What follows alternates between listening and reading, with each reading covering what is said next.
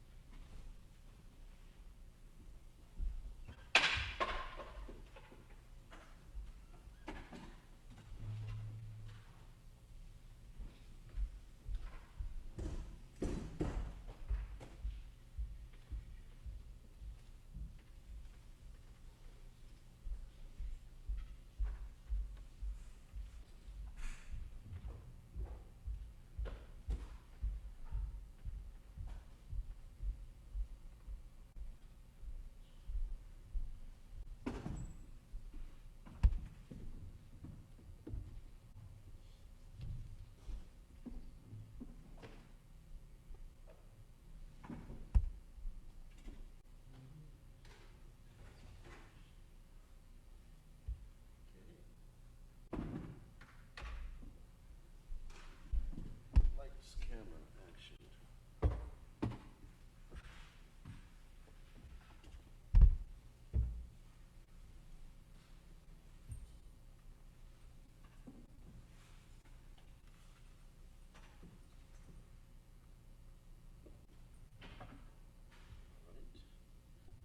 I think we're ready.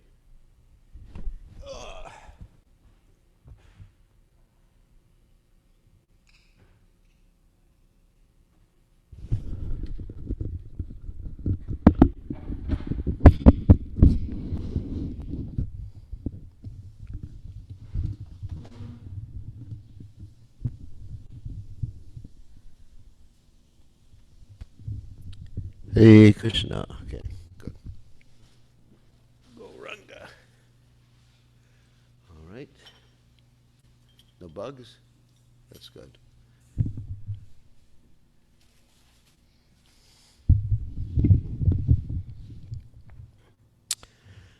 Ah. Jaya Radha Madhova Kunya Bihari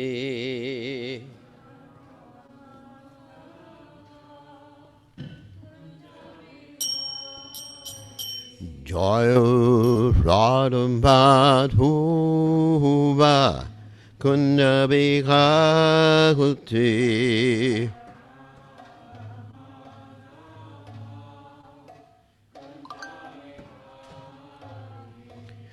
Gopi Jana Malabha Girivaro Dhakti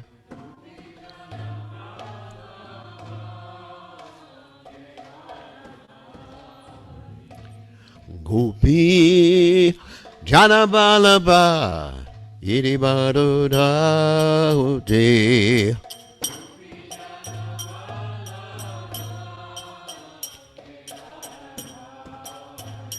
Yasodanandana Brajachano Ranjana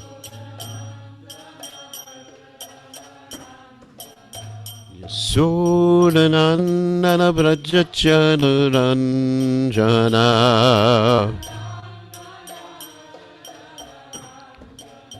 Jamuna Tera Banachate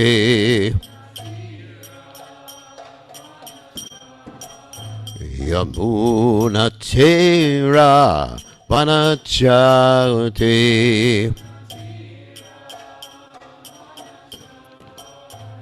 Joyo Radham Madhuva Kunjabi Hari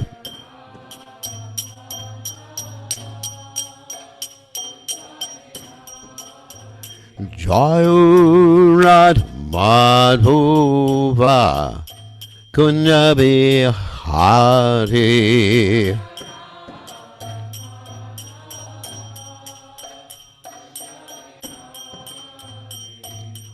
Upijana Malaba Giribaro Dhagunte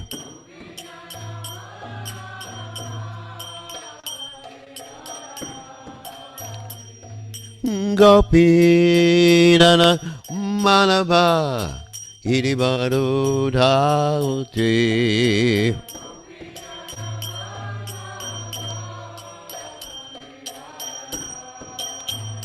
Yasunanandana Vrajajano Ranjana Yasunanandana Vrajajano Ranjana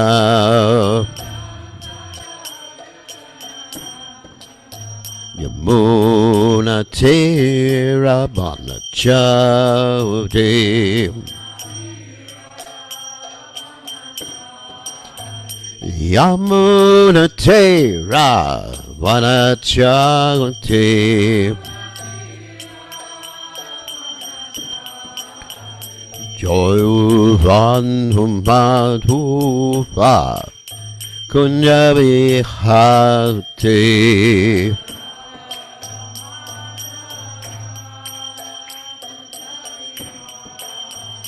Joyurad Madhuva Kunjabi Hati Madhava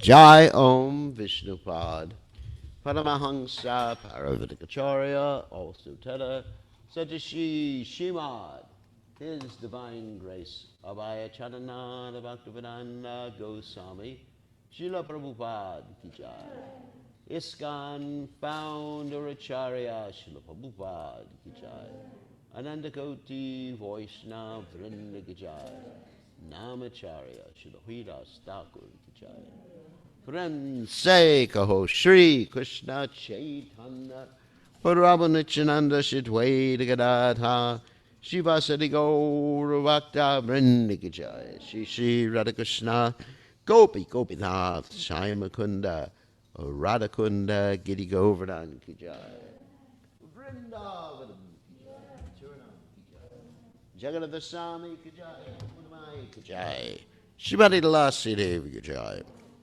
Samaveda Bhakta Vrinda Ki Jai Gaur Premananda Hari Hari Bol. All glories to the assembled devotees. All glories the assembled devotees. All glories the assembled devotees. All glories to Shri Guru and Gauranga Srila Prabhupada Ki Jai. Namah Vishnu Padaya Krishna Vasaya Bhutale Srimati Bhaktivedanta Swami Namani Namaste Saraswati Gauravani Bhajani Nivasheshas Nubadi Paschatati Shatari. So we're reading from Srimad Bhagavatam, 10th canto, 20th chapter, text 39. Om Namo Bhagavate Vasudevaya. Om Namo Bhagavate Vasudevaya. Om Namo Bhagavate Vasudevaya.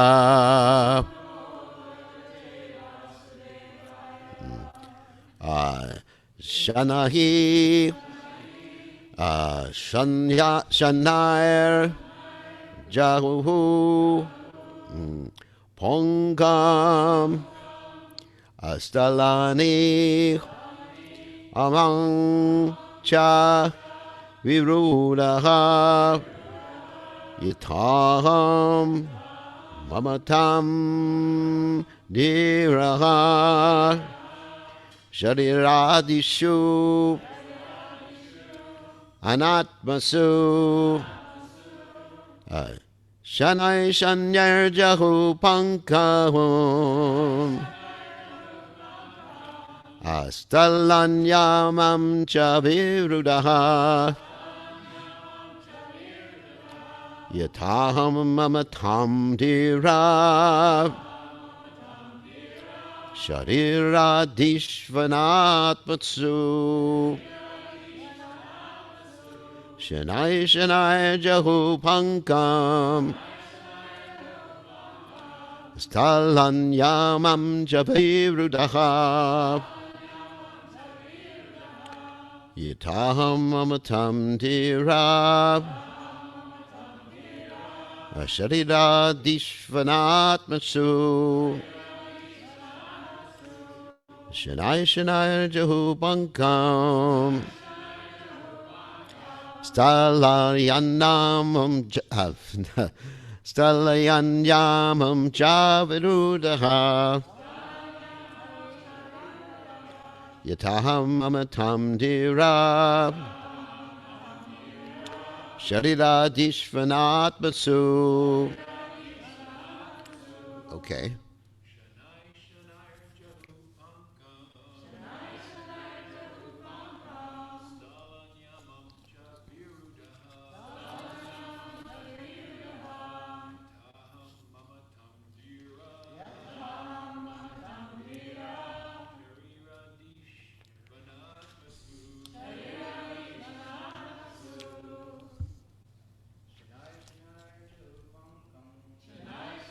Wow.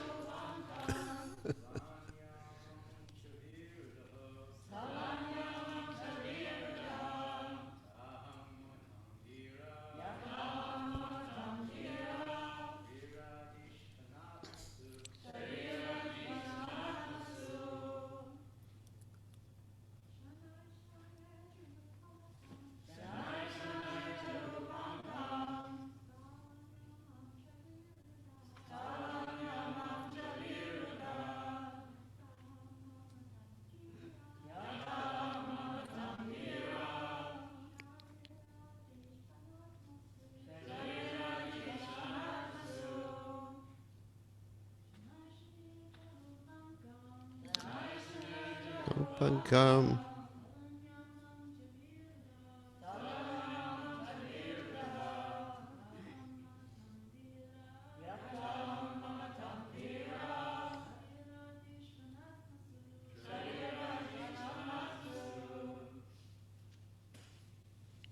Okay, no one else? Shanahi. Shanahi. Very gradually. Jahu gave up. Pankam. Their mud. Stalani. The places of land. Amam. Their unripe condition. Cha.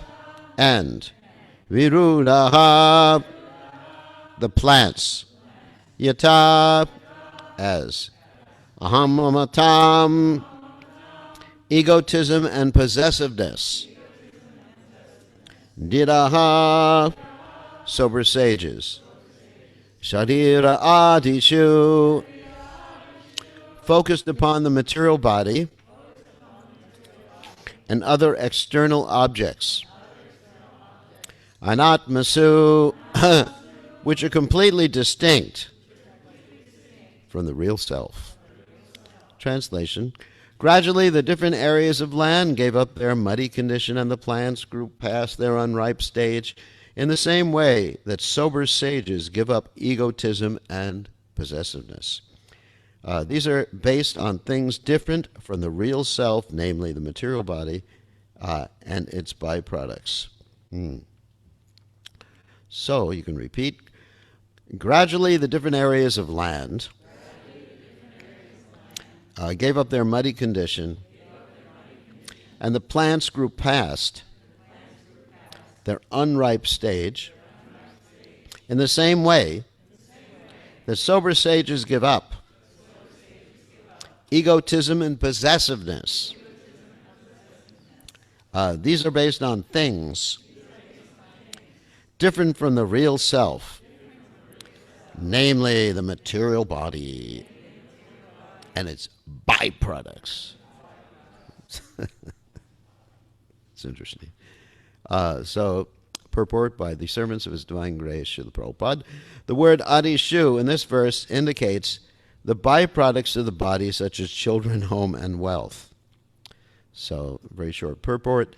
And we're just going to read Vishwanath Chakravarti Thakur's commentaries and the other Acharya's commentaries. As the intelligent person gives up everything unrelated to the soul, Paramatma and Krishna, Anatmasu, that is everything related to the body, false ego, and possessiveness, and tries to develop attachment to Krishna, so the field's water bodies give up their dirty state, and plants give up their unripe state. Jiva Goswami states that possessiveness is compared to the mud because it is external, and identity of aham is compared to the immature plant because it is internal. Sanatana Goswami states, gradually land and the plants give up their immature condition. Similarly, the wise give up possessiveness of body, sons, etc., which are different from the Atma. This is because they are wise, having discrimination. Possessiveness is compared to the mud because it is external, and identity of aham is compared to the immature plant because it is internal. So again, we'll read the Sanskrit. Shanai Shanai Jahu Pankam Stalanyamam Javirudaha Yathaham Amatam Dira Sharira Dishvanatmasu. So, Omagana Timiranda Shah Gananjana Shalakaya Chakshur Meditam Yena Tasmai Shri Gurave Namaha. And we'll also read from the Light of the Bhagavad. So this class may take 2 days because I had a lot of information about this. But in any case, so we'll have to skip. I mean, tomorrow someone else will give a class, and we'll go back to the subject matter. But it's a very important subject matter. So in Light of the Bhagavad, text 36, Prabhupada states, the translation, with the progress of the autumn season, the moist earth and muddy places begin to dry up, and the green vegetation begins to fade. This drying up and fading resembles the gradual disappearance of the false sense of affinity and ego. In other words, same thing, I and mine, sense of who I am, that is, I'm the body, and things that I possess, external and internal, okay? Progress in cultivating the human spirit, this is the commentary, entails the gradual disappearance of the materialistic ego, covered by ignorance, passion, and so-called goodness. The spirit soul thinks himself all in all and is covered by a false sense of ego. That's identity. Thus he falsely identifies the soul with the body, and his bodily relations with material things become the objects of his attraction. This false identification and attraction for matter gradually dry up and fade away by success in the cultivation of the human spirit. And remember, Prabhupada keeps using the word gradually here. That is the effect of such higher cultivation. Progress in spiritual culture brings about the disintegration of false ego and material attraction. The ultimate goal of cultivating the human spirit is God realization and surrender unto God with a full sense of his all-pervasive nature. When a liberated soul thus surrenders unto the lotus feet of the all-pervading Godhead, the ocean of nescience becomes as insignificant to him as the water in the small hoofprint of a calf. He at once becomes eligible to be promoted to the spiritual kingdom, and he has nothing to do with the miserable land of the material world. Cultivation of the human spirit is not, therefore, a mere adjustment of materialistic anomalies. It is the process for preparing oneself to be promoted to the spiritual kingdom. No one can adjust the sufferings of the material existence, but by spiritual culture, one can elevate himself from the effects of such miserable life. As an example, one may cite the condition of a dry coconut. The dry coconut pulp automatically becomes separated from its outer skin. And you experience that too. You can just shake it, and it actually has a rattling sound. Similarly, the outer skin, or the gross and subtle material coverings of the soul, automatically separates from the spirit soul, and the spirit soul can then exist in spiritual existence, even though apparently within the dry skin. This freedom from the false sense of ego is called the liberation of the soul. Srila Prabhupada Ki Jai. So, what I'd like to do is speak about this subject matter, making reference to the Bhajan Rahasya and Mathurya Kadambini, that is, books by Bhaktivinoda Thakur and Vishwanath Chakravarti Thakur, respectively. So, what we're talking about here is anarthas. So we want our anarthas to dry up or to go away. And both of these literatures, Madhurya Kadambini and Bhajan Rahasya, analyze anarthas and also when the anarthas dry up or when we start to get rid of them. So first of all, we have to understand what are the different categories of anarthas. Or even before that, where do anarthas come from? Okay. And there's two slightly different analyses in these two literatures. And I'm going to start right now from the Madhurya Kadambini discussion of where anarthas come from. And first of all, they come from sinful activities. Now, what are sinful activities? Of course, this is called vikarma. Those of you who have been studying our classes in the evening, vikarma means activities. Karma in this particular case means action, and V means bad actions, actions which are run contrary to moral principles, ethical principles, shastric conjunctions, things like eating meat, taking intoxication, gambling, and illicit sex.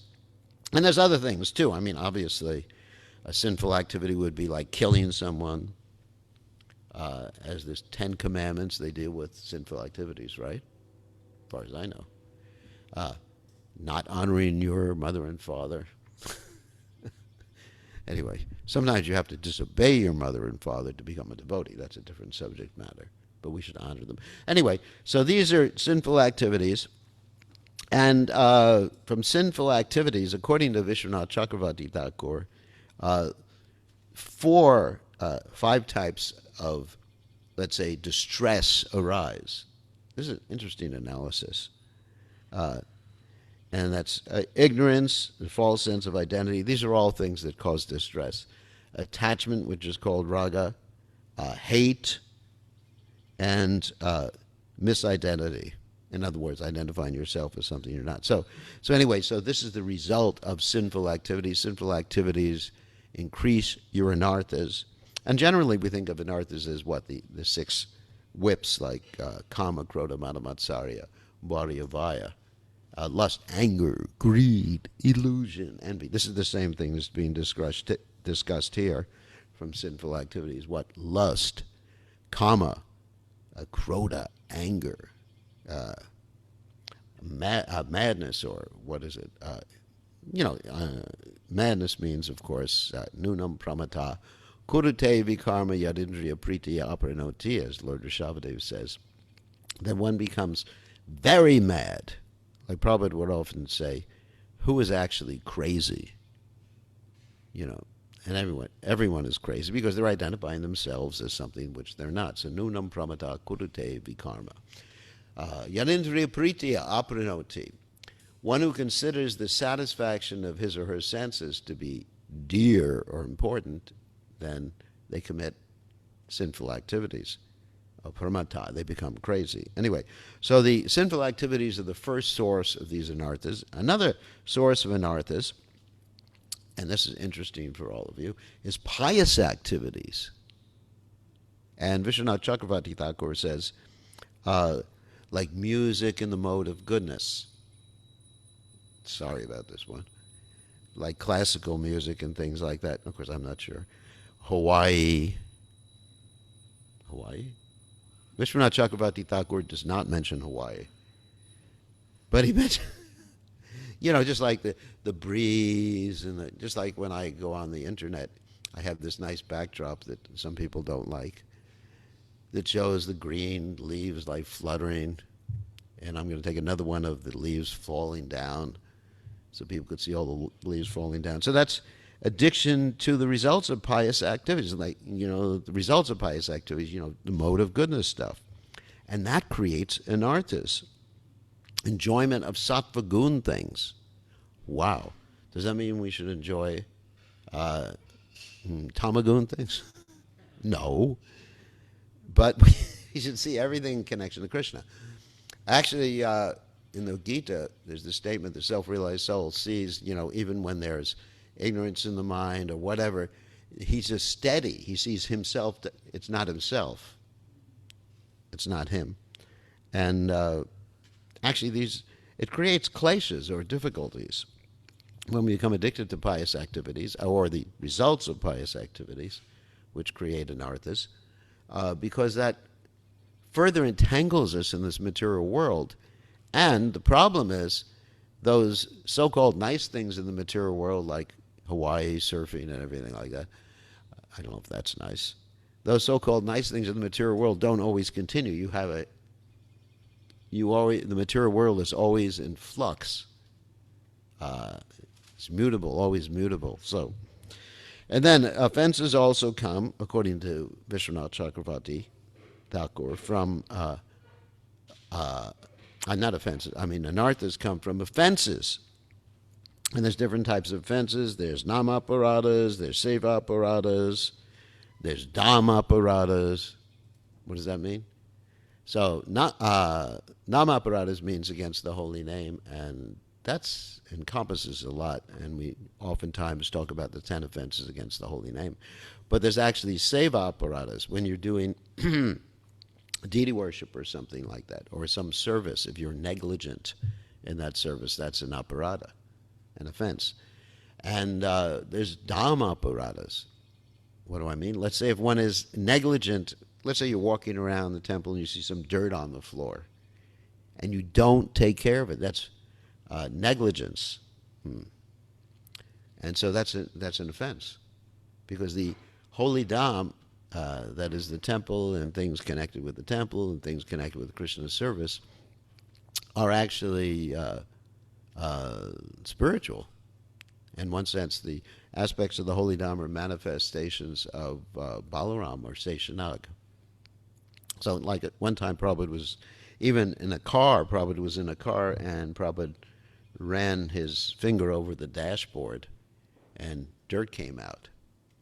And Prabhupada said, "Who do you think this car belongs to?"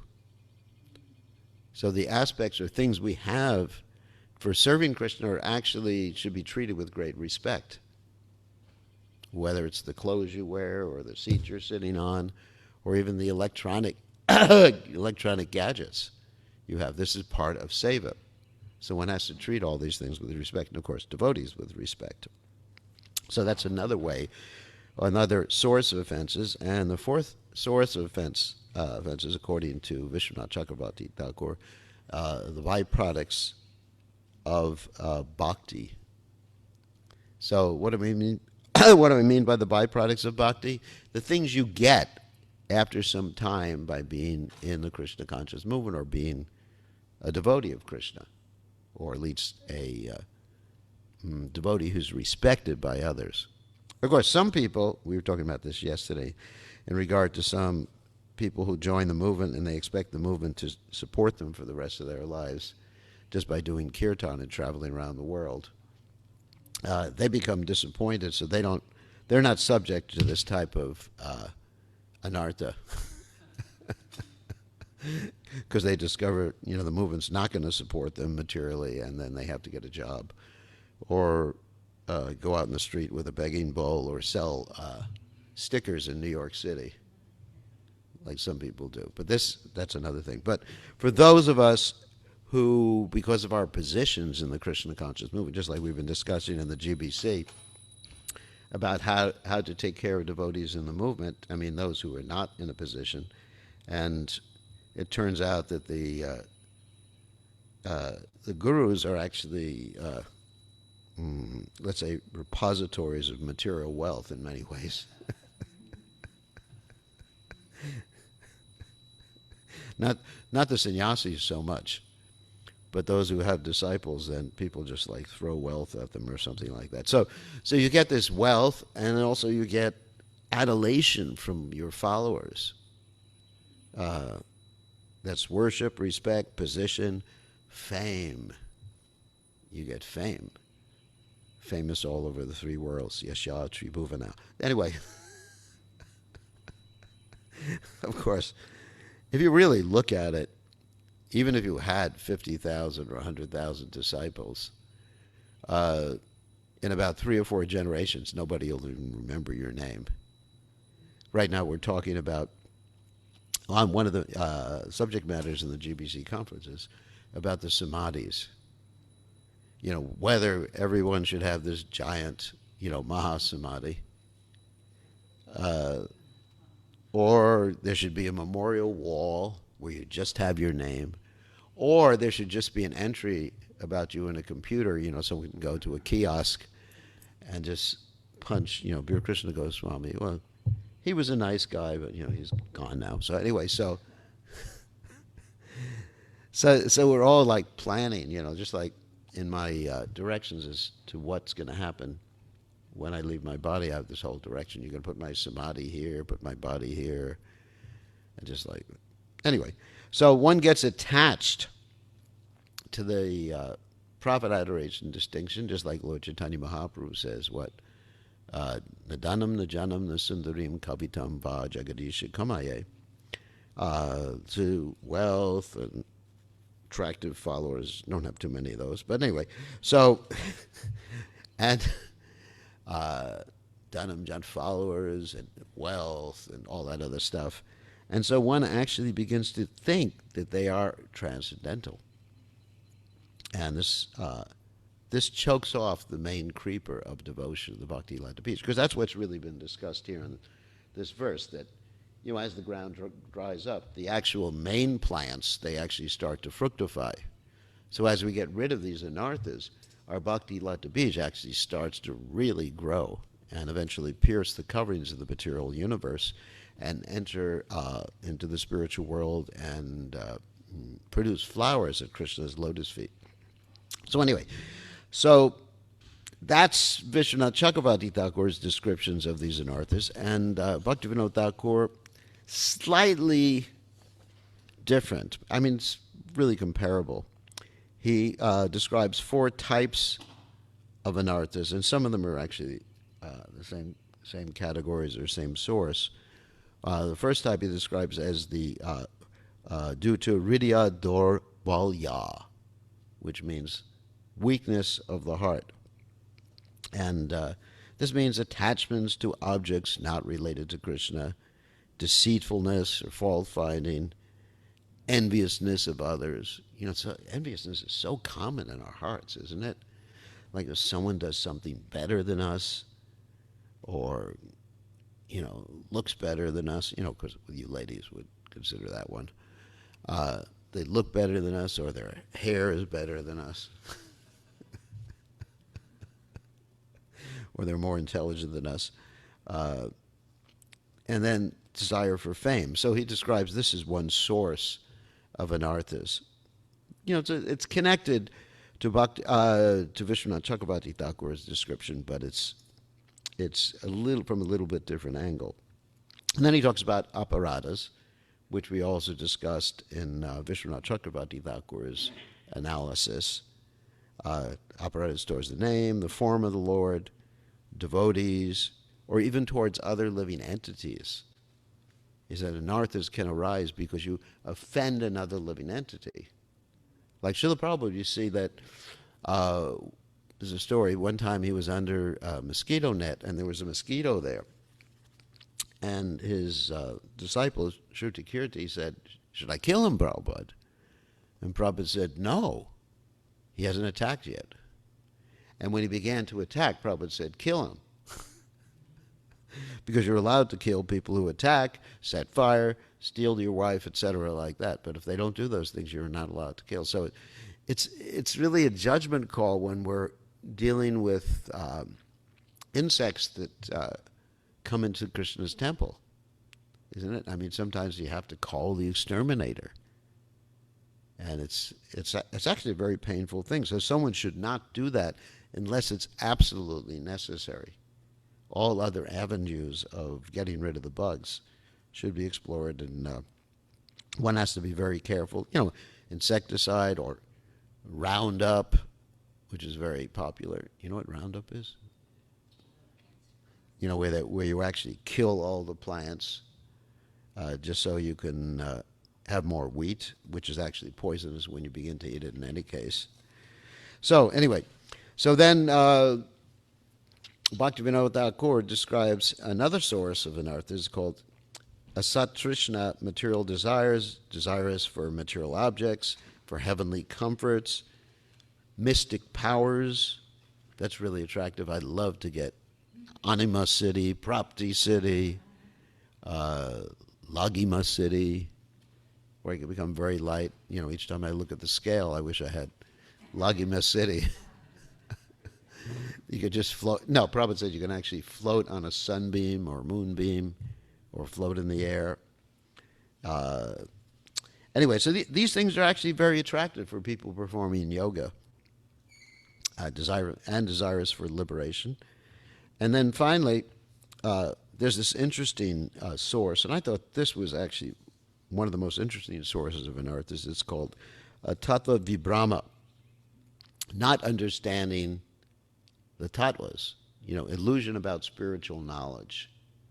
Of course, what do I mean by tattvas? The word tattva means something that is, but really something that is an eternal category, like Jiva Tattva, Vishnu Tattva, Shakti Tattva.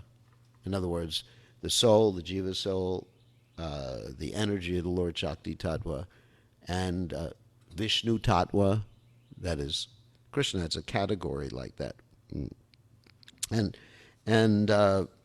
it's interesting that Bhaktivinoda Thakur talks about different illusions that are due to the wrong understanding of tattva. He talks about swatatra brahma, that means illusion caused by illusion about one's own identity. Paratattva brahma, which he says is illusion about the Supreme Personality of Godhead. In other words, the Vishnu Tattva. There's Saja Sadhana Brahma, illusion about the process of sadhana and prema bhakti. In other words, if one doesn't understand, this is something really important I wanted to dwell on a little later.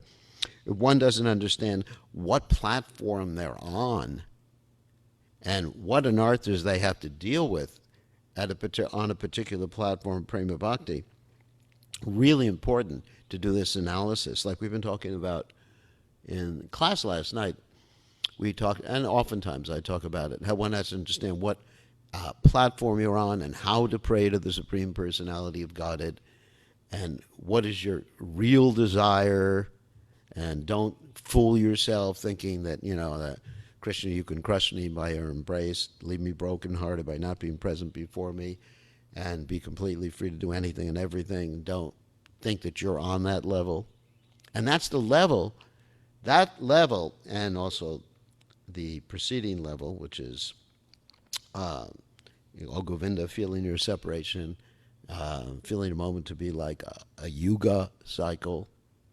Those are the levels in which you can actually realize your spiritual identity. So one has to be very careful not to try to jump too high in the, or like Prabhupada said, that if we imitate Hanuman, big belly, big monkey, Ceylon jumping melancholy, then we will simply fall flat on our belly, And then the final type of illusion about the tattvas is called Viroda Vishaya Brahma, which means illusion regarding subjects unfavorable to Krishna consciousness. In other words, one will think a particular subject is favorable to Krishna consciousness when it's not favorable. One will think one can engage something in Krishna consciousness when actually you cannot engage that in Krishna consciousness. So, anyway, now I want to go to understanding how these anarthas disappear at each stage of devotional service, because we're talking about the gradual drying up of the little ponds. So it is a gradual process, as Srila Prabhupada would often say, becoming Krishna conscious.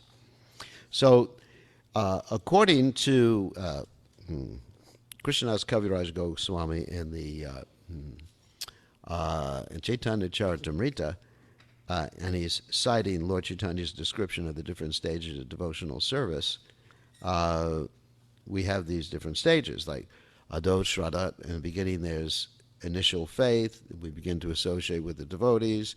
Then we begin to bhajana kriya, to follow what the devotees are doing. And when we're following what the devotees are doing, we engage in something called anartha nivritti, because this whole class is about anarthas, getting rid of anarthas. And as we're getting rid of anarthas, try to get rid of anarthas, of course, we have to be aware of where the anarthas come from, because it's not that we simply try to get rid of them, but we have to eliminate the causes of the anarthas simultaneously. You understand? So then we become steady in devotional service, and when we become steady in devotional service, the next thing is we get a taste, and there's two divisions of having a taste. One division is that you have a taste when the elements of presenting bhakti are actually very expert, and another one is when the elements of presenting bhakti are not so expert. So what do I mean by that? Let's say if someone is really good at music, you have Brajananda leading a kirtan here, and you love his kirtans, and then you have Kermit the Frog leading. I don't know if you know who Kermit the Frog is. Nobody knows who he is? Your whole life is finished. Anyway, you never saw Sesame Street? All right, I apologize. So you have Kermit the Frog. A frog. Okay, you know what a frog is. Okay, frog. Kermit the Frog leading kirtan. You know, Hare Krishna, ribbit, rabba, rabba. Then you say, "Ooh, that was a horrible kirtan." So oftentimes we seek out, some musical sound and think that that is more ecstatic than when there is not, let's say, expert like a 50-piece orchestra playing during the kirtan or someone, whatever. And I had a realization. Of course, Prabhupada chants expertly. There's no doubt about it. But I had a realization the other day. I was listening to some lady chanting. It was very nice. It was actually at the marriage. I thought it was, nice chanter. And then and it was very musical. And then I went home and I turned on my MP3 player and listened to Prabhupada, and it was a completely different experience. And it wasn't as, let's say, sophisticated as this lady chanting.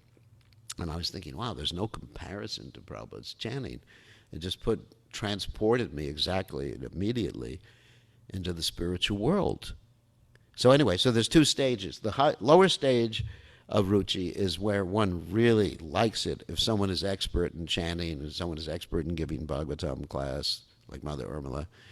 And the higher stage of ruchi is you like it even if I'm giving Bhagavatam class.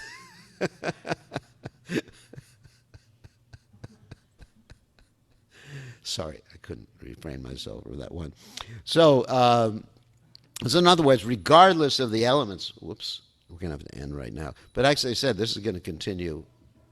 And Thursday, because tomorrow I can't give class, I have the nectar of attending another GBC meeting in the morning. So somehow or other, whoever's giving class tomorrow can go on to the next verse, and then I'll go back to this the day later, because there's a lot more to describe as far as getting rid of the anarthas and which anarthas disappear at which stage, and which stage we may be at, and how to deal with the anarthas. Actually, there's a ton of information. Thank you very much. All glories to His Divine Grace, Srila Prabhupada Ki Jai. And all this information is from Vishwanath Chakravarti Thakur and Bhaktivinoda Thakur, not from my tiny little brain. So what stage is it when you get ruchi from a GBC meeting? That's a higher stage. That's a higher stage. That's a higher stage because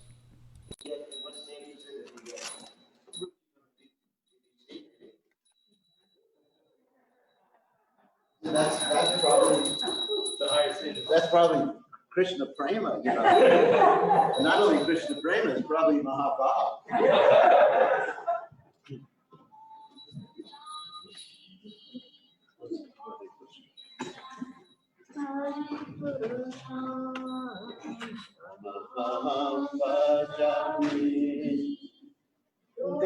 Govinda, Hare Krishna,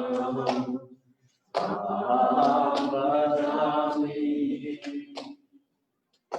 Kelam Gananda Marvendalaya Taksham, Bhavatam Samasitam Sundarangam, Kandar Kalogi Kamaniya Visheshashura, Govinda, Hare Krishna, Bhajami, Govinda, Hare Krishna, Bhajami, Govinda, Hare Krishna,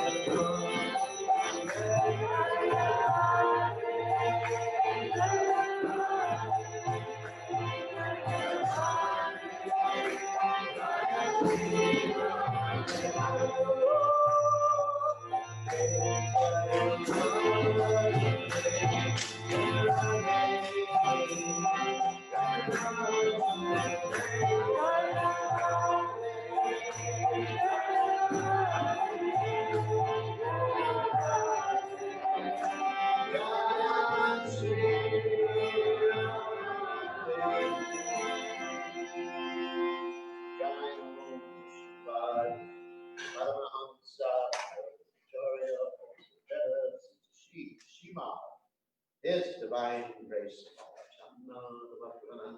Goswami, Srila Prabhupada,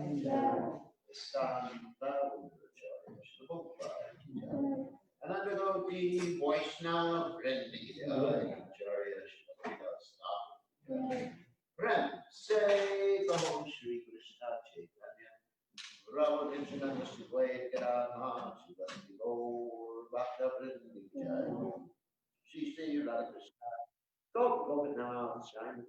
Govinda Giri Govardhan Ki Jai, Vrindavan Ki Jai. Vacharanam Ki Jai, Krishna Ki Jai, Mai Ki Jai. Shivani Lasi Devi Ki Jai, Samaveda Bhakta Vrinda Ki Jai. Go, Redhananda Hari Hari Hari Go. All glory is His devotees. All glory is His devotees. All glory is His devotees. All glory is Shri Guru Gauranga Prabhupada Ki Jai.